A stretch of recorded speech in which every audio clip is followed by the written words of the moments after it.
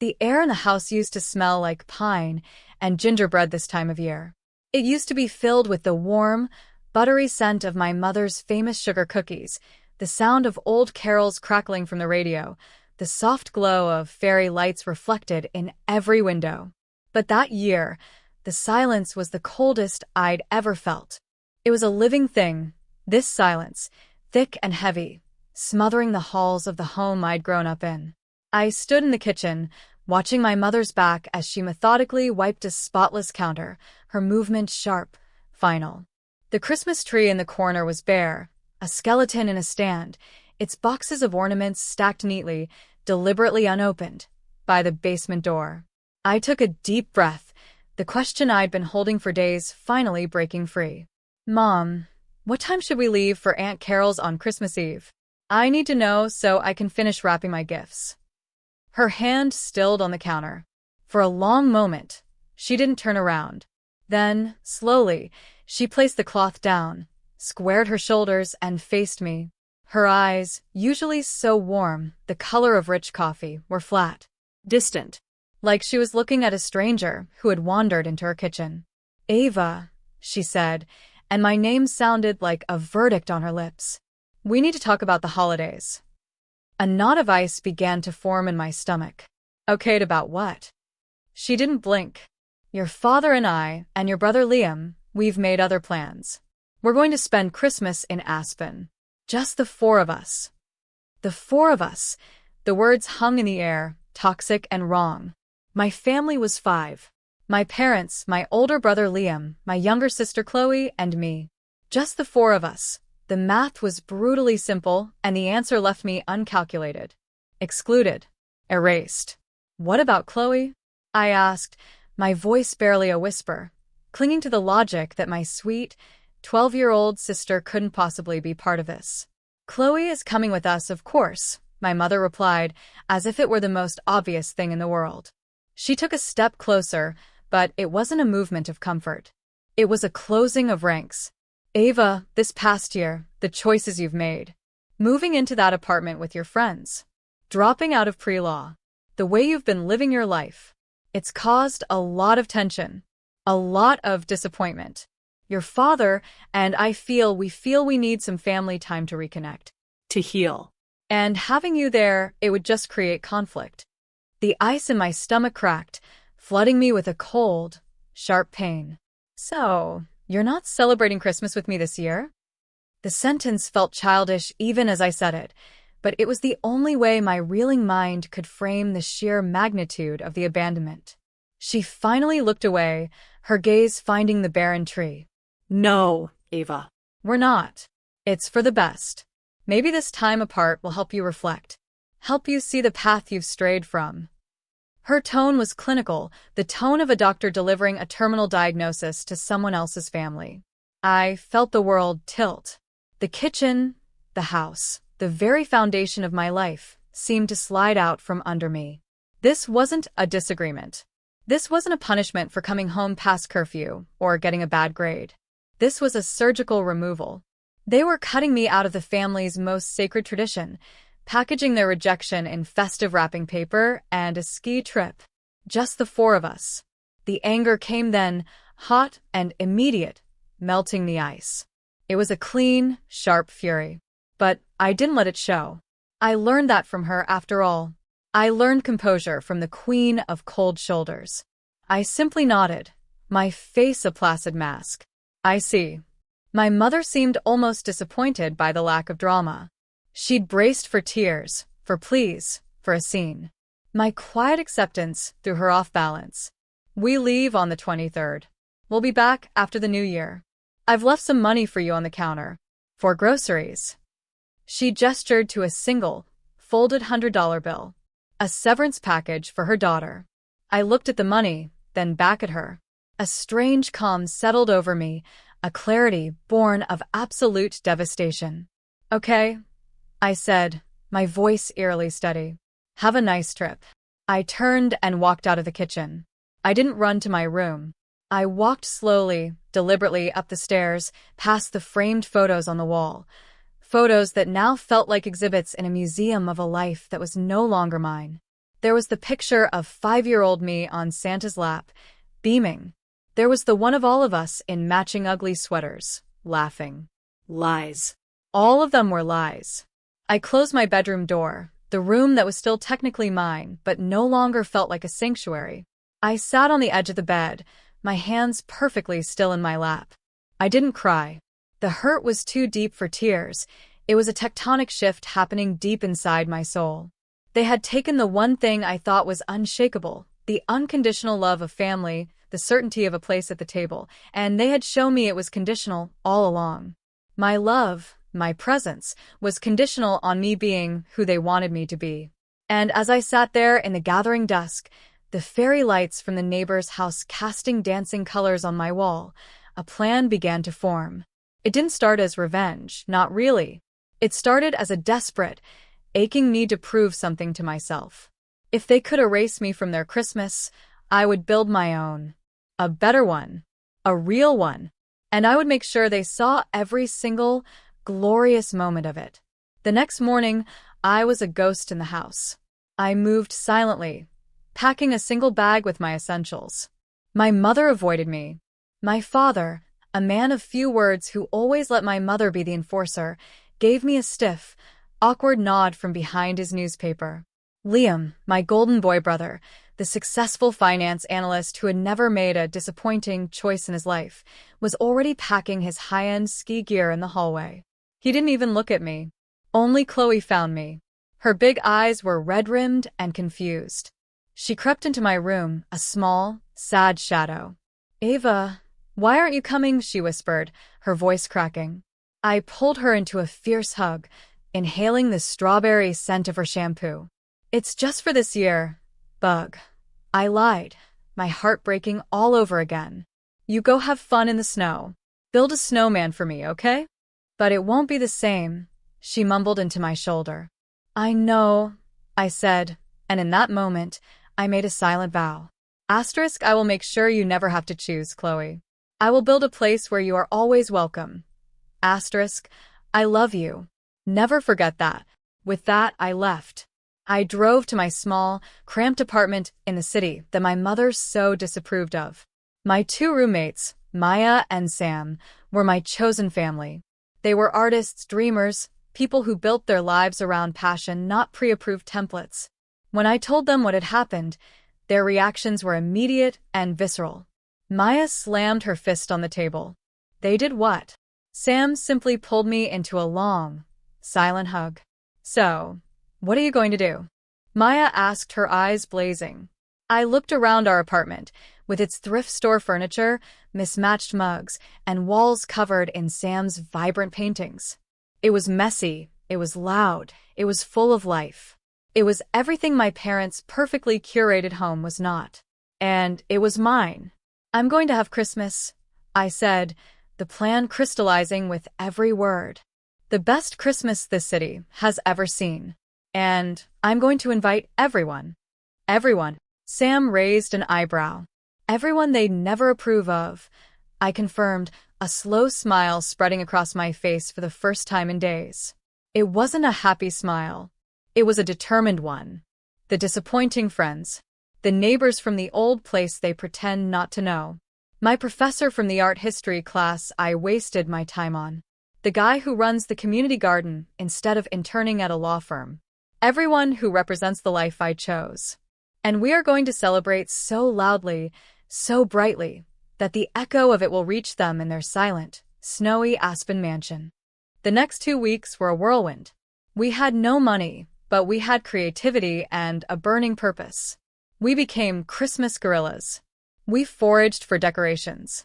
Sam and I spent a whole night in a workshop space, using scrap wood and old paint to create stunning, unique ornaments, geometric stars, abstract reindeer, planets, and galaxies. We didn't want a traditional tree. We wanted a masterpiece. We found a discarded, lopsided fir behind a tree lot and dragged it home, seeing its potential where others saw trash. Maya, a culinary wizard, took charge of the food. We pooled our meager funds and focused on abundance, not expense. We made massive pots of fragrant chili, baked dozens of cookies from cheap ingredients transformed with love and spice, crafted a giant, wobbly gingerbread house that looked more like a cozy, haunted cottage than a perfect mansion. We asked everyone who was coming to bring one dish, whatever they could. This wasn't a catered event. It was a potluck of the soul. And the guest list, it was my manifesto. I reached out to Mr. Henderson, our elderly neighbor from our old street who my parents always said gave off a strange vibe. He was a lonely, sweet man who played the violin beautifully. I invited my friend Leo, who had transitioned and who my mother had once referred to in a hushed, uncomfortable tone as that person Ava knows. I invited my entire shift from the cozy, independent bookstore where I worked, the job my father called a dead end. I invited people from all walks of life, people whose only common thread was that they were kind and real and had been cast aside or judged by a world that valued appearances over authenticity. The final touch was the social media campaign. I was always the documentarian of our group, and now I had a mission. I created an account called The Orphans Christmas, a private Instagram, and invited only the people coming to the party. But I also knew, through the digital grapevine of cousins and old family friends, that my parents and Liam would hear about it. They would see glimpses. They would be curious. On December 23rd, as my family's flight took off for Colorado, I posted a single, serene picture. It was of my hands, holding one of Sam's beautiful, hand-painted ornaments, a phoenix rising from glittering flames. The caption read, "Building something new from the ashes of the old. The feast of the forgotten begins tomorrow. #Orphans Christmas." The response from my private community was instant. Hearts, fire emojis, comments of solidarity. And then, an hour later, a text chimed on my phone. It was from Liam. Just one word. Dramatic. I didn't reply. The curtain was up. The show had begun. Christmas Eve arrived. We transformed our modest apartment. Fairy lights were strung everywhere, not in perfect lines, but in wild, cascading waterfalls of light. Our lopsided tree, now covered in our handmade ornaments, glowed like a beacon of beautiful imperfection. Sam's paintings were highlighted with spotlights made from tin cans. The air was a symphony of smells, garlic and herbs from the chili, sweet gingerbread, pine, and the warm, yeasty scent of fresh bread Mr. Henderson had brought. People started arriving, tentatively at first, then in a warm, laughing flood. They came bearing dishes wrapped in towels, bottles of wine, instruments, and stories. Mr. Henderson sat up in a corner and began to play Christmas carols, but with a slow, bluesy twist that made them sound both mournful and hopeful. Leo arrived with his boyfriend, and they immediately started helping Maya in the kitchen. My bookstore friends brought stacks of used books wrapped in brown paper, labeled only with a mood, for a cozy night, for an adventure, for when you need to hope, as a gift exchange. The noise was incredible. It wasn't the quiet, tense clinking of silverware from my childhood Christmases. It was laughter that shook the walls. It was passionate debates about movies and music. It was the sound of strangers becoming friends, of shared stories weaving a new, vibrant tapestry of community. I moved through the crowd, my heart so full I thought it would burst. This was love. This was family. This was a celebration of existence, not a performance of perfection. Midway through the evening, I took out my phone. I started to film. Not post pictures, but candid moments. The pure joy on Mr. Henderson's face as people gathered to listen to his music. Sam leading a chaotic, hilarious group dance. Maya being lifted onto someone's shoulders as she triumphantly brought out the giant gingerbread house. Close-ups of the incredible, diverse food. Close-ups of people's hands as they reached for gifts, as they clasped each other's in conversation, as they wiped away happy tears. I posted them, not all at once, but throughout the night. Short, beautiful, emotional videos. The captions were simple. The sound of real laughter. A family you choose. Food made with hands, not judgments. This is what belonging feels like. The digital ripples began immediately. Likes and comments poured in from my orphans. But then other comments started to appear. From an old high school friend of Liam's. This looks incredible, Ava. Wish I was there. From a cousin on my dad's side. Your tree is so creative. The evidence of a joy they weren't part of was spreading through their carefully curated social circles. Then, around 10 p.m., my phone buzzed. Not a notification. A call. It was my mother. I let it go to voicemail. A minute later, a text. Ava, what is this? Are you trying to embarrass us? I didn't respond. I simply posted another video. This one was of Chloe, who had secretly video called me earlier that day from a bathroom in Aspen to show me the snowman she'd built, a lopsided thing with a carrot nose and stick arms. I'd screen recorded her sweet, smiling face as she said, I built it for you, Ava. It's you and me. I posted that clip with the caption, the purest heart of all. This is who we do it for. To show them what love really looks like. The silence from Aspen after that was deafening. I could feel their shock, their confusion, their dawning realization through the digital silence. They had expected me to be alone, weeping, regretful. They had expected their punishment to work. Instead, they were witnessing a resurrection. The party went on past midnight, morphing into a soft, contented gathering.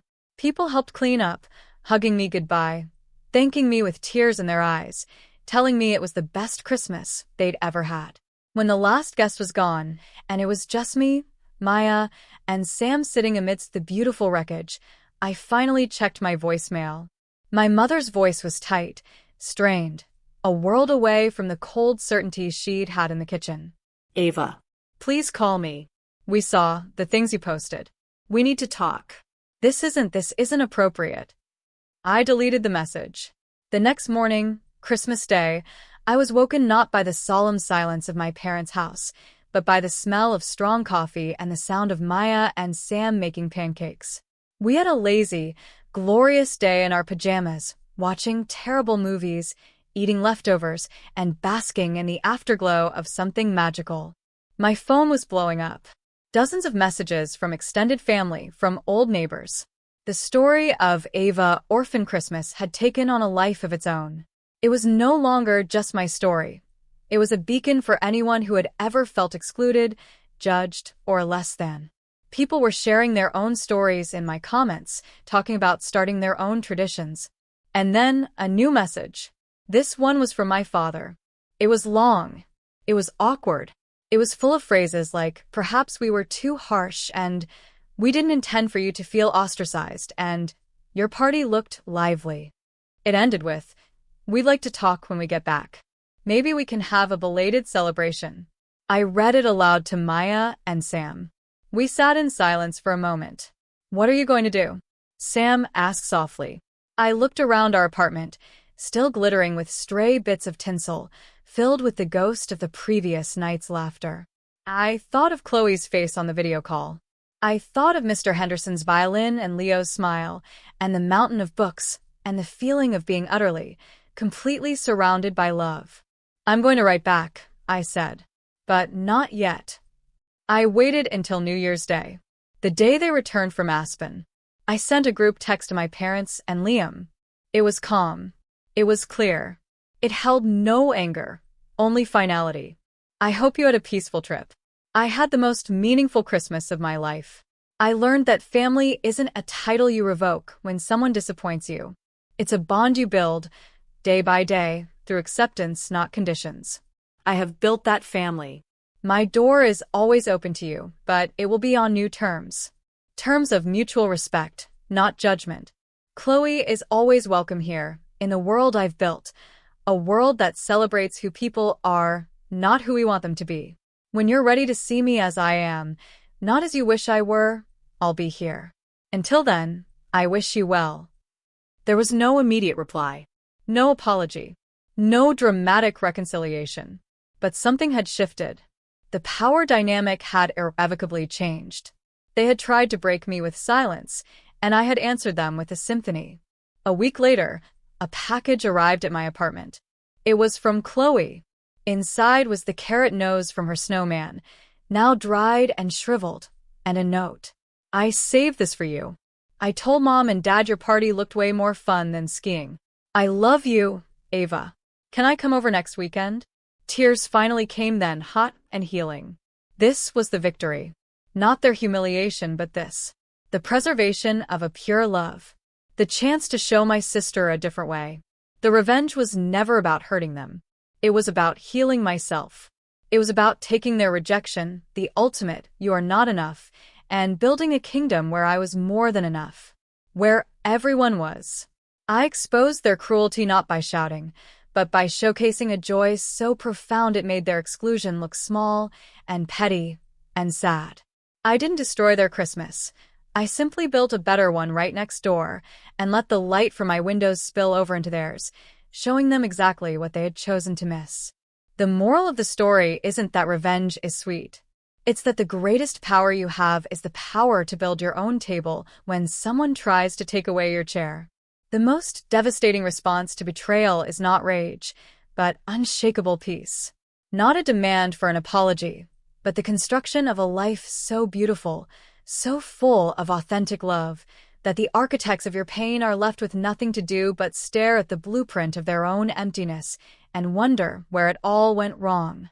My family thought they were sending me into exile. Instead, they handed me the tools to build my own empire. And in that empire, I found not just justice, but a joy so deep, so real, it made their perfect, silent Christmas look like the loneliest place on earth.